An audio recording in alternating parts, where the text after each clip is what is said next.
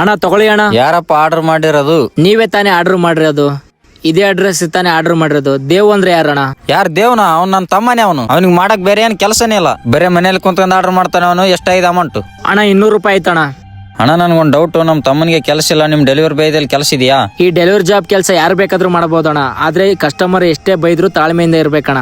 ಅಣ್ಣ ನಮ್ ತಮ್ಮನಿಗೆ ತುಂಬಾ ತಾಳ್ಮೆ ಇದೆ, ಯಾವುದೇ ಕೆಲಸ ಇರಲಿ ಮಾಡ್ತಾನೆ. ಒಂದ್ ಆರ್ಡರ್ ತರಕ್ ಇಷ್ಟೊಂದ್ ಲೇಟ ನಿನ್ಗೆ? ಕೊಡಲ್ಲಿ ಅಣ್ಣ ದುಡ್ಡು. ನೀ ಬಂದಿರೋದ ಲೇಟ್, ನಿನಗ್ ಬೇರೆ ದುಡ್ಡು ಕೊಡೋಕ ಹೋಗ. ನನ್ನ ತಮ್ಮನಿಗೋಸ್ಕರ ನಾನ್ ಸಾರಿ ಕೇಳ್ತಾನ. ಅಣ್ಣ ನಿಮ್ ತಮ್ಮನ್ಗೆ ತುಂಬಾ ತಾಳ್ಮೆ ಇದೆ ಅಣ್ಣ, ಬೇಗ ಕೆಲಸ ಸಿಗುತ್ತೆ ಬಿಡಿ ಅಣ್ಣ. ಅಣ್ಣ ದುಡ್ಡು ಎಷ್ಟಾಯ್ತು ಅಂದ್ರಲ್ಲ? ಅಣ್ಣ 200 ರೂಪಾಯಿ ಆಯ್ತಣ್ಣ. ಅಣ್ಣ ಒಂದ್ ಮಾತು ಹೇಳ್ತೀನಿ, ಏನು ತಪ್ಪು ತಿಳ್ಕೊಕ್ ಹೋಗ್ಬೇಡಿ. ಪರವಾಗಿಲ್ಲ ಹೇಳಿ. ಅಣ್ಣ ನಮ್ಮ ಹೊಟ್ಟೆ ಪಾಡಿಗೋಸ್ಕರ ಇಷ್ಟೊಂದು ಕಷ್ಟ ಪಡ್ತಾ ಇದೀವಿ ಅಣ್ಣ. ಅವ್ರು ಬೈದ್ರು ಬೈಸ್ಕೊಳ್ಳೇಬೇಕಣ್ಣ.